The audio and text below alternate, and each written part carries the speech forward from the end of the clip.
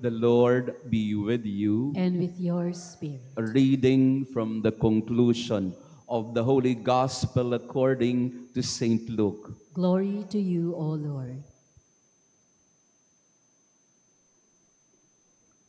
Jesus said to his disciples, "Thus it is written that the Christ would suffer and rise from the dead on the third day, and that repentance for the forgiveness of sins would be preached in his name to all the nations, beginning from Jerusalem.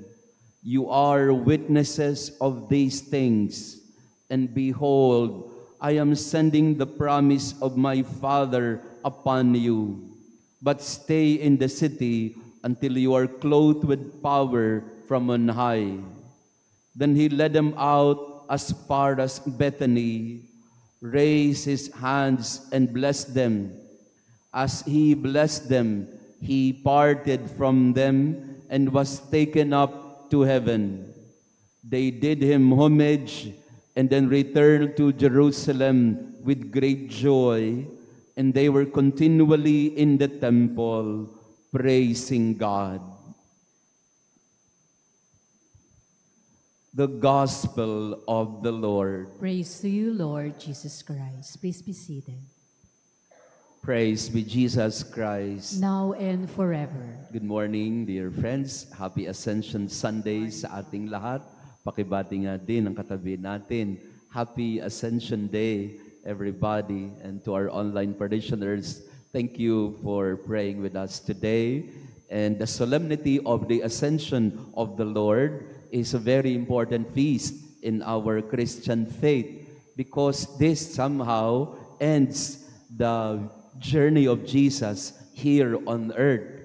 This is the recapitulation or the summary of what Jesus has done and what he has said while he was still here on earth. He lived on earth, according to the Bible, 33 years, 33 taon, at least according to the account of the Gospel of Luke.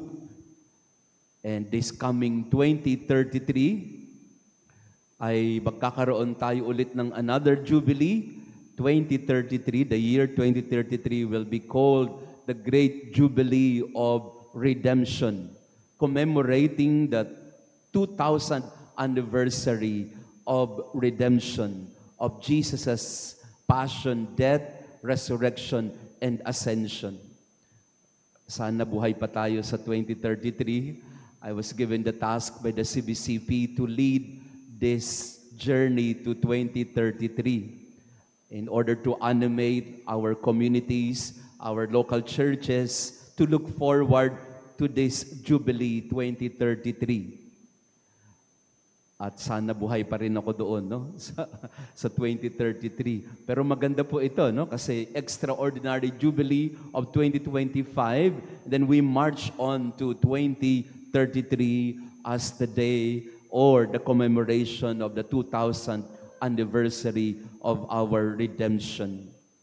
Yun din po ang 2000th anniversary of the Ascension, ang pagbabalik ni Jesus sa kanyang Ama.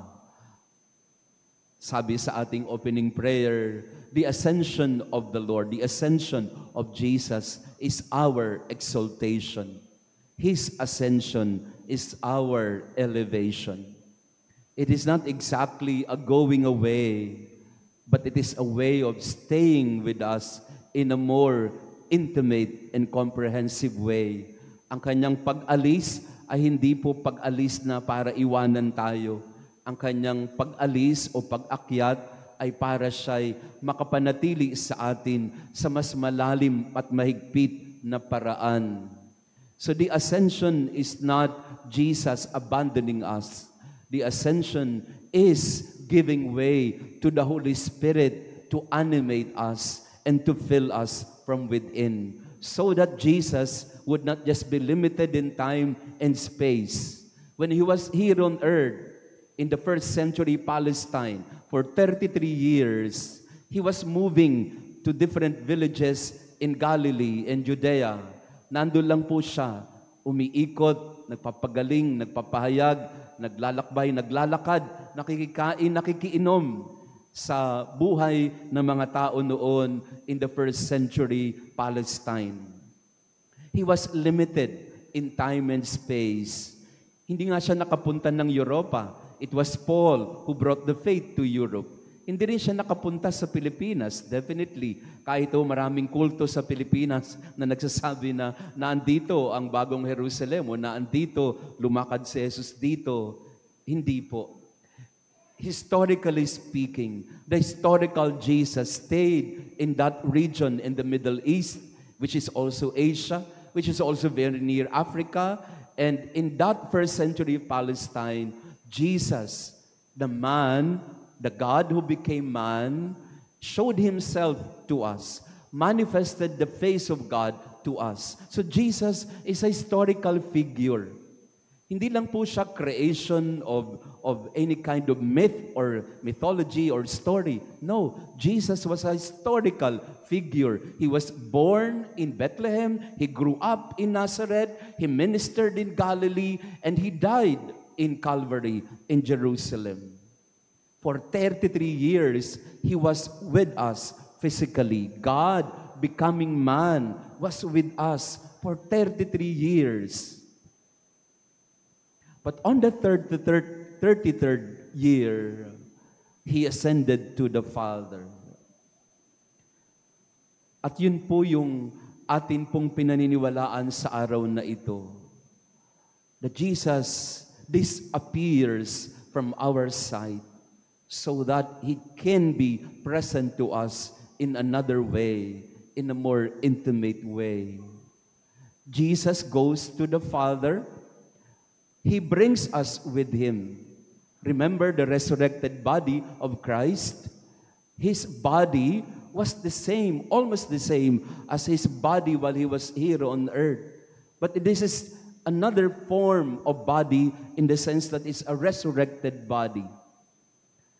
It can penetrate walls, but it can eat bread. So Jesus resurrected and ascended, taking up with him our humanity. So the ascension is also our elevation. In the incarnation, when Jesus was born in Bethlehem, God became man. Ang Diyos ay naging tao. In the ascension, man was elevated to divinity and becoming like God. Ang Diyos na naging tao, dinala ang tao sa kanyang pagka-Diyos. That is why the ascension is so crucial, because this is our hope. The hope for humanity is this human body of ours, this human life here on earth is not for nothing, or is not useless or futureless. We have a future. And we all will go back to God.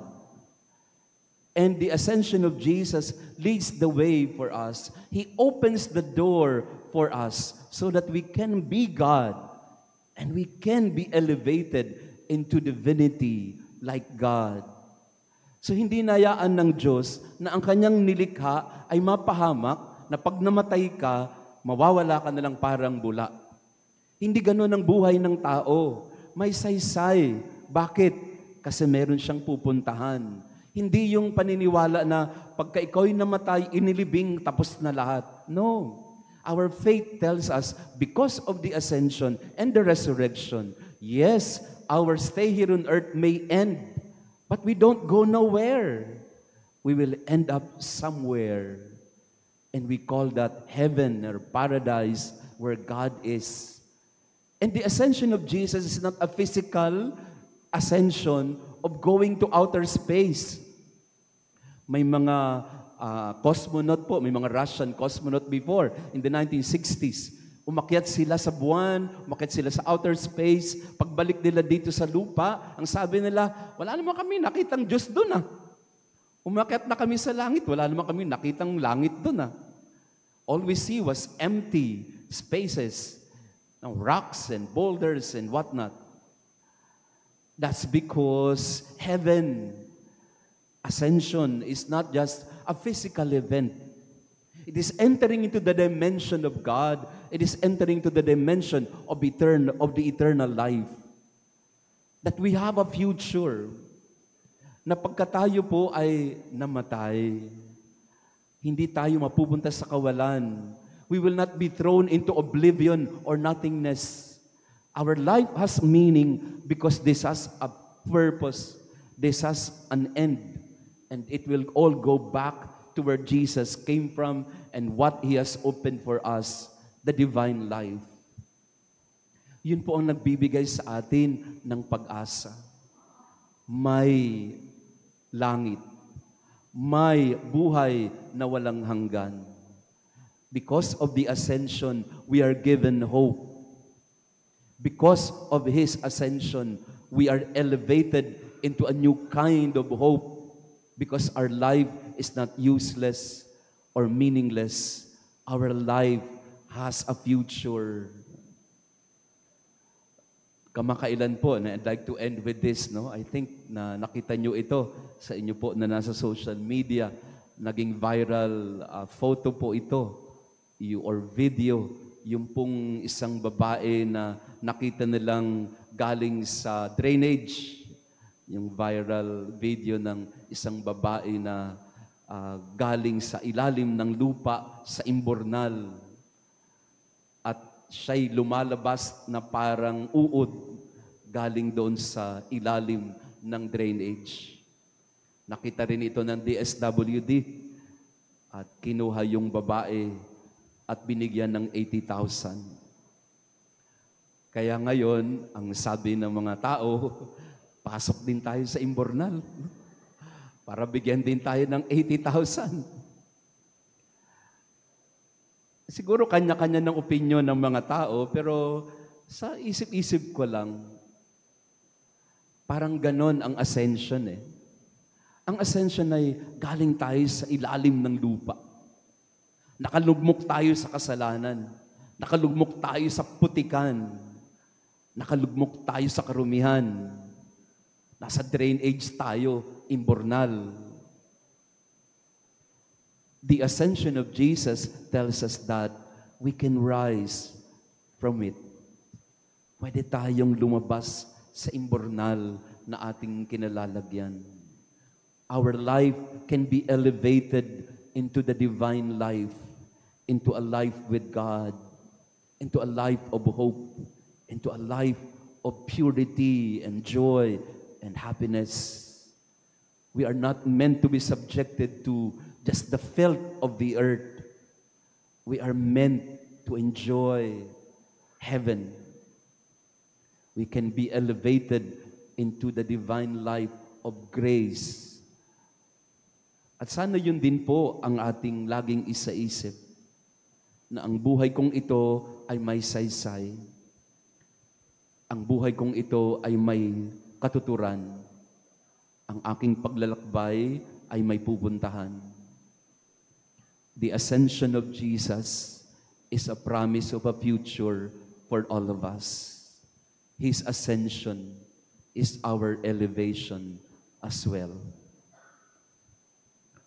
Praise be Jesus Christ. Now and forever. Maraming salamat po ulit sa inyong pagdalo sa ating banal na misa. To our online parishioners, thank you for praying with us. Napakabilis ng panahon, halfway through 2025. June 1 na po tayo, no? At pasukan na ulit ang mga bata at syempre tayo po ay nagdiriwang ng Sacred Heart. June is the month of the Sacred Heart. Kaya po inaanyayahan ko din ngayon ang mga may birthday sa buwan ng June to come forward for the blessing of birthday celebrants. Yan. So, mga June bride at mga June birthday celebrants, pwede kayong lumapit sa harap and we would like to bless you. Yan. Ito yung mga pinanganak ng tag-ulan. Bow your head and pray for God's blessing. Lord, I ask you to bless all our birthday celebrants for the month of June. We ask you, Lord, to grant them always good health and a long life of joy and happiness together with their family. Grant, O Lord, their heart's desires and prayers. May the Lord always provide for your needs and protect you, keep you safe in His Sacred Heart, the Father, the Son, and the Holy Spirit. Amen.